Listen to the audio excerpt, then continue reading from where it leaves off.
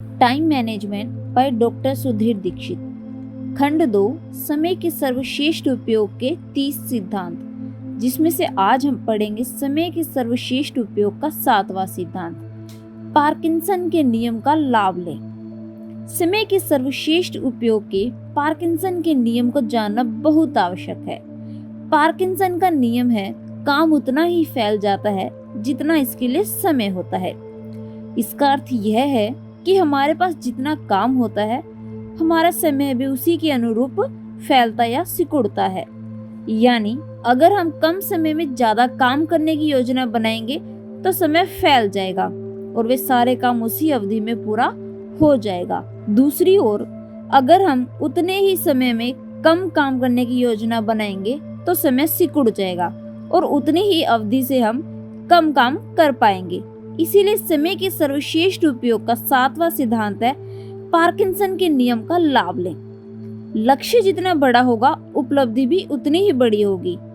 एक दिवसीय cricket match का उदाहरण देखें। जब दूसरी टीम पहली टीम द्वारा निर्धारित लक्ष्य का पीछा करती है तो इस बात से फर्क नहीं पड़ता कि उसके सामने 50 ओवर में जीत के लिए 225 रनों का लक्ष्य है या 275 रनों का।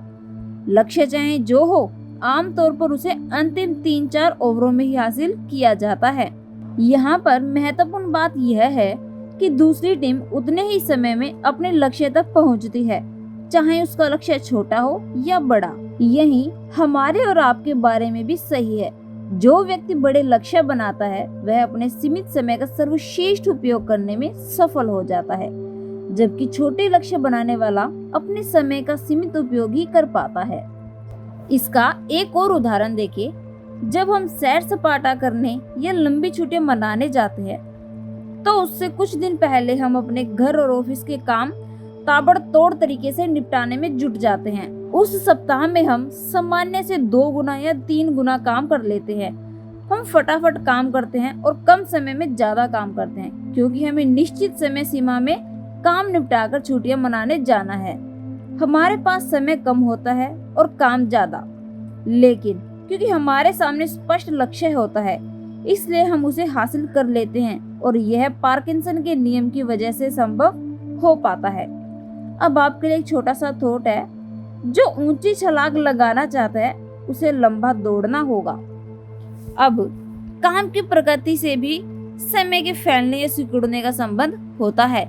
जब किसी काम में हमारी रुचि होती है तो वह काम जल्दी हो जाता है। दूसरी ओर जब किसी काम में हमारी रुचि नहीं होती तो वह देर से होता है। इसीलिए ये कहा जाता है कि वह व्यक्ति सौभाग्यशाली है जो अपने काम से प्रेम करता है, क्योंकि वह कम समय में ज्यादा काम कर सकता है, ज्यादा अच्छी तरह से काम कर सकता है और इस वजह से ज्यादा सफल भी हो सकता है। अब एक तो और थॉट है आपके लिए, हर दिन इस तरह जिए जैसे यह आपका आखिरी दिन हो।